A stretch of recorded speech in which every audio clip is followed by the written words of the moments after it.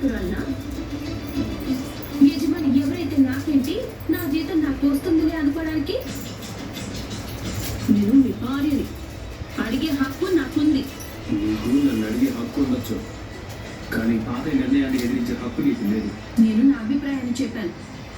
నీ అభిప్రాయం ఎవరు అక్కడ అడగలేదే? అడగకపోతే రాజకీయాలకి ఎంత పేరు ప్రతిష్టలు ఉన్నా కంపెనీ భవిష్యత్తుని ముడిపెట్టడం కరెక్ట్ కాదండి. ఎన్నో వందల మంది కంపెనీ మీద ఆధారపడి బ్రతుకుతున్నారు. వాళ్ళందరినీ రోడ్డు మీదకి లాగుతారా?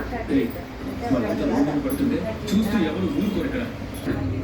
తాతయ్య గారా, నాకు అవన్నీ తెలీదు.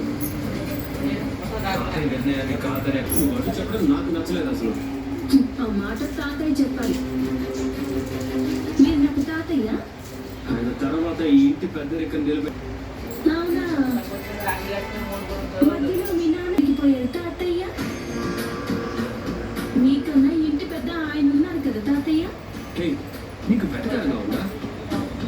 నాకు బాధ్యతలు అప్పచెప్పిన రోజు నా దగ్గర ఒక మాట తీసుకున్నాను.